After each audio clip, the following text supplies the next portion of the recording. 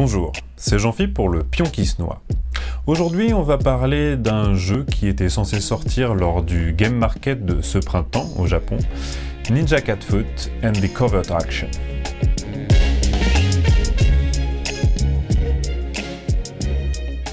Ninja Cat Foot and the Covert Action, que nous appellerons désormais Ninja Cat Foot, est un party game de 1 à 4 joueurs à partir de 7 ans. Les parties durent une vingtaine de minutes. Le jeu a été développé par Sasaki Jun, le fondateur de Wink, qui a entre autres sorti Deep Sea Adventure et d'autres jeux mémorables. C'est aussi pourquoi on retrouve la boîte caractéristique de tous les jeux édités chez Wink.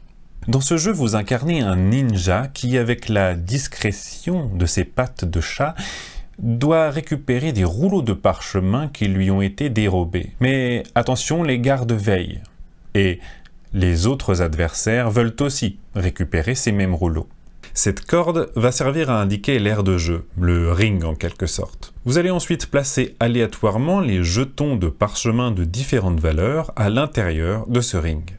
Le jeu va consister à prendre les jetons de parchemin le plus rapidement possible et les placer sur ces jetons de mission. Il s'agit de faire la pile la plus haute possible en respectant quelques règles. Vous ne pouvez par exemple placer que des jetons de valeur égale ou inférieure à ceux déjà placés. Le jeu se déroule en manches. Une manche se termine quand il n'y a plus de rouleaux à récupérer. Le gagnant de la manche, celui qui a la plus haute pile, ou en cas d'égalité, celui dont la valeur des jetons cumulés est la plus grande, retire un jeton mission de sa pile. Le jeu se termine lorsqu'un joueur a retourné ses 3 jetons mission. Voilà, c'était Jean-Philippe pour le Pion qui se...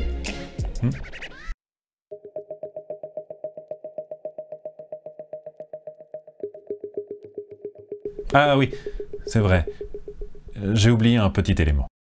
Chaque joueur va prendre ses 2 bouts de plastique et son smartphone pour attacher son portable à son poignet, comme ceci. Vous devrez ensuite aller sur la page catfoot.ninja pour pouvoir jouer au jeu. Le jeu va en effet prendre en compte l'accéléromètre de votre téléphone.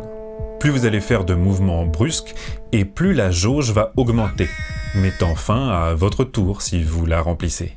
C'est comme ça que la discrétion de vos mouvements va être évaluée. Lorsque vous remportez une manche, en plus de retourner un jeton, vous devez aussi augmenter la sensibilité du capteur de mouvement. C'est selon moi un excellent petit jeu, sans prétention, un bon filler entre une partie de Twilight Imperium. Vous pouvez aussi y jouer avec des enfants qui seront ravis de se gêner, ça rigole, c'est vraiment très fun autour de la table. A noter que vous pouvez jouer avec une variante qui consiste à placer les jetons au milieu du ring face cachée. Vous allez donc devoir, en plus de les dérober, les retourner. Il existe aussi pour le mode 1 joueur une version en temps limité, une option qu'il vous suffit de cocher sur votre smartphone. Le temps à battre est d'1 minute, vous pouvez ensuite partager vos résultats sur les réseaux sociaux si ça vous chante. En ce qui concerne les points négatifs, c'est vrai que tous les joueurs doivent avoir un smartphone. Ce qui est dommage aussi, c'est qu'il aurait peut-être été préférable de développer une application plutôt que d'aller sur un site internet qui nécessite une connexion. J'ai aussi quelques doutes quant à la solidité du matériel. Essayez plutôt de jouer avec de petits téléphones, le silicone ne semble pas si résistant que ça. Et puis même si le design a son petit effet, avec ses couleurs chatoyantes, le thème reste quand même assez anecdotique. Et vous, quels sont vos party games préférés? Aimez-vous les jeux de dextérité? Écrivez-le moi en commentaire.